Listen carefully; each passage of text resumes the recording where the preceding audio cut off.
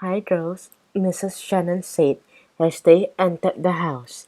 Deirdre's mom was wearing a pink sweater and black stretch pants. Her brown hair was combed in a neat flip. "Hello," Nancy said in her most polite voice. "Why don't you bring your dear down to the basement?" Mrs. Shannon said. "That's where the fun is." "And the snacks," Deirdre said. Deirdre waved them to the door leading to the basement. George pointed to a dark blue duffel bag against the wall.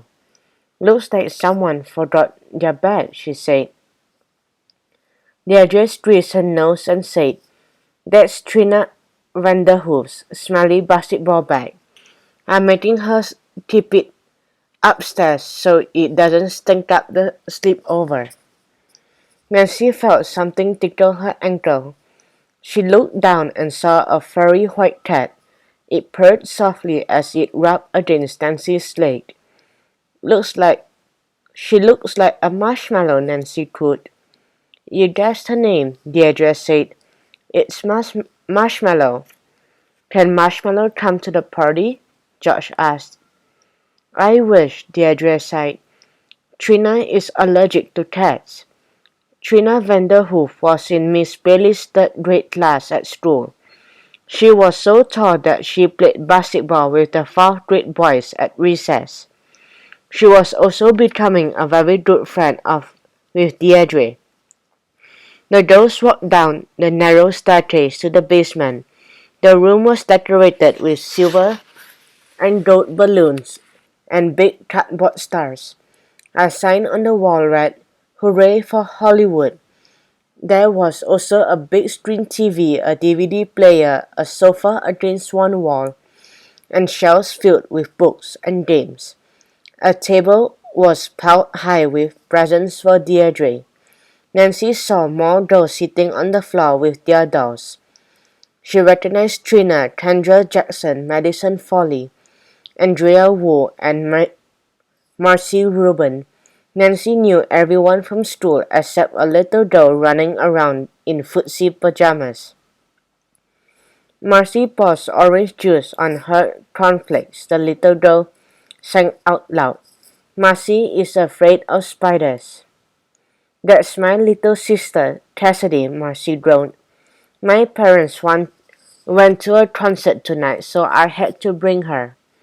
Cassidy began jumping up and down. Marcy sleeps with a teddy bear. Marcy bites her toenail. "Put a sock on it," Marcy threatened.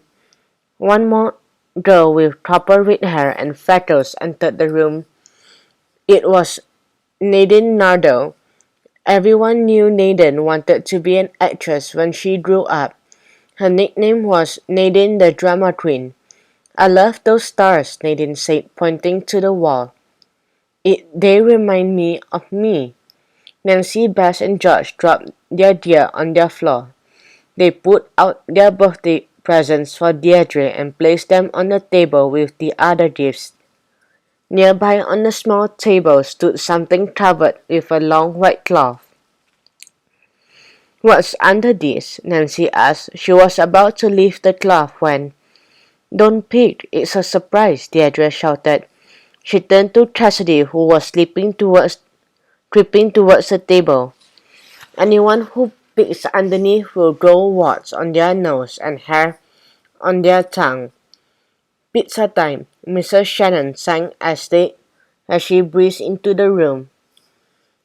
Behind her, Mr. Shannon carried 3 boxes in his arms. As the girls sat on the floor to eat their slices, Nancy kept glancing at the small table. "I wonder what's under that cloth," she whispered. "I hope we find out soon," Bess whispered back. The girls ate 3 kinds of pies: pepperoni, mushroom, and extra cheese. Cassidy pressed 2 pepperonis against her eyes and ran around the room shouting, "I'm an alien from planet Pizza Pie." "You mean space cadet," Marcy muttered. Nancy took a sip of fruit punch. Then she asked, "Where's your city doll doll, Deirdre?" "I couldn't decide which one to bring down," Deirdre said with a shrug. "That's a strange excuse," Nancy thought as she picked up another slice. The dolls finished all three pizzas, and Deirdre opened her presents. She loved the dotted stationery set that Nancy gave her. After all the presents were opened, everyone changed into their PJs and had a pajama fashion show. "Here is Bess modeling her favorite pink PJs," Nadine announced with a French accent. "Merci, Bess." Bess twirled like a supermodel. Then Josh pretended to walk down a runway in her red and white striped pajamas. Following her was Nancy in her favorite cupcake PJs. After all the pajamas, Nadine's orange ones were the brightest. And Nancy thought her slippers with the unicorn heads were the most fun. "Say cheese," Deirdre said. She held her camera. "I want a picture of everyone with their city dolls doll." The dolls crowded together. They smiled as they held up their dolls. "Cheese with pepperoni," Trina joked. Deirdre stared at Trina's doll. "What is that?" she asked. "Indianapolis, Ivy," Trina answered. "My city dolls doll." "I know all the city dolls doll," Deirdre said. "And I never heard of Indianapolis, Ivy." "I've never heard of Indianapolis Ivy either," Madison said. "Are you saying my doll is fake?" Trina asked. Nancy hoped Deirdre and Trina wouldn't fight.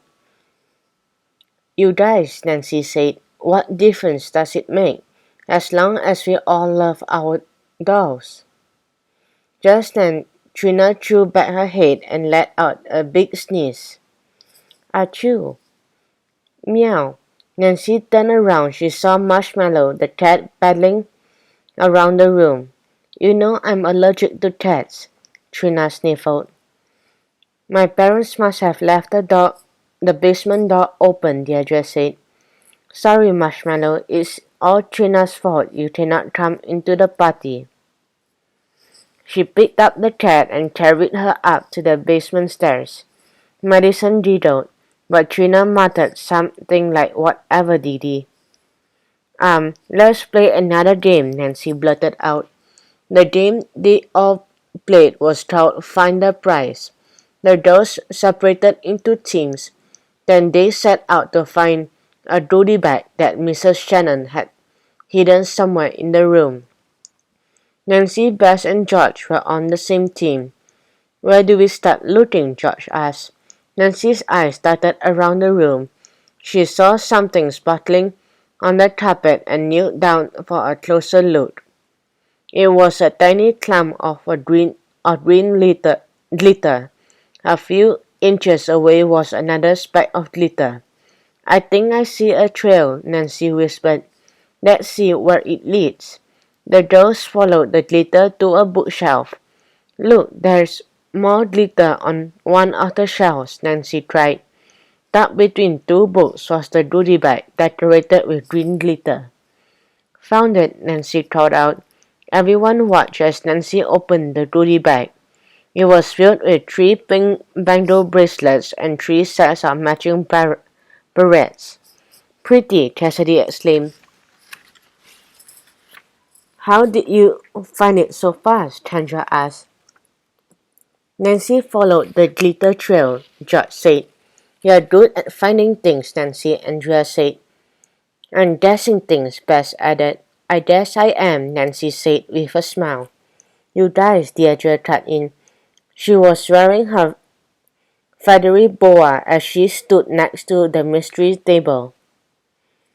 "It's time for my super big surprise." "Yes," Nancy cheered softly under her breath. They would finally find out what was underneath the glove. The dolls sat in a semicircle by the table. Deirdre waved her boa and said, "Please welcome The one and only, the one of a kind and very expensive. She whipped off the white drape and shouted, "Hollywood Heather!" Everyone gasped. Nancy stared at the door. The blonde hair hung in curls over her shoulders. Her blue eyes were so bright they twinkled. She was wearing an apple green poncho, a white leather skirt, and matching white boots. Her silver hoop earrings glowed against her sun-tanned cheeks. "It's her," Nancy soothed. "It's Hollywood Heather," Beth sighed. "That's explain the Hollywood party," Kendra said. Just then a slipper hit the back wall. Nancy could see it was a unicorn slipper. "It's not fair," a voice shouted. "It's not fair."